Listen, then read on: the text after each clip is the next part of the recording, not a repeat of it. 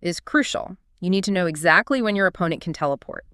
And a loot tracker, so you can calculate your profit mid-trip and decide if continuing a fight is worth the risk. And you mentioned one specific item for the Rev Caves that's non-negotiable.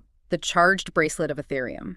It's critical for anyone in the Rev Caves. It protects you from the Rev's damage, but more importantly, it's a quick teleport out. It can save you from a huge team. A get-out-of-jail-free card. Essentially, yes.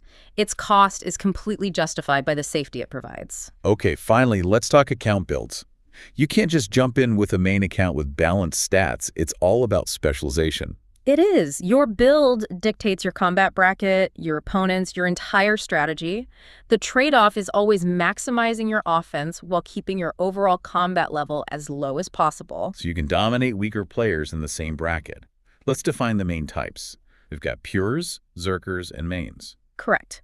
Pures are the most common low-level PKers. They keep their defense stat at 1, intentionally. A glass cannon. The ultimate glass cannon.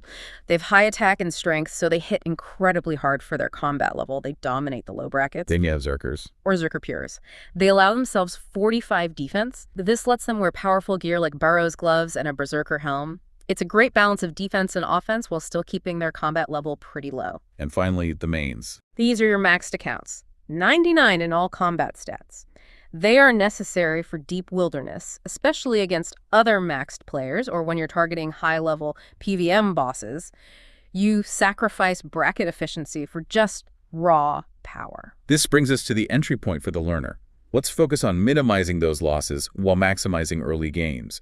What are we defining as low risk for gear? We're defining low risk as a gear investment of somewhere between, say, 100,000 GP and 1 million GP per trip. So if you die, it stings, but it doesn't break your bank. Exactly. But for a competent player, these methods can still pull in a surprising 5 to 15 million GP an hour. Let's start with the breadwinner then.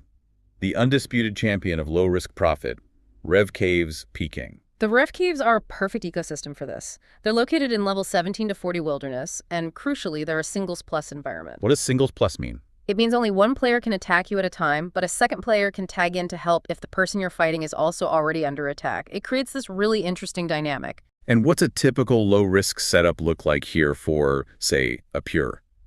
A great example is a 60 attack pure setup. Your total risk is around 400k to 500k GP. You'd bring a dragon dagger for the spec, a rune crossbow with cheap broad bolts, a basic setup for ice barrage, and critically rings of recoil. Or the Ring of Suffering, right? Why is that so important? The Ring of Suffering, or ROS, is an upgraded ring of recoil. It reflects damage. And think about it. The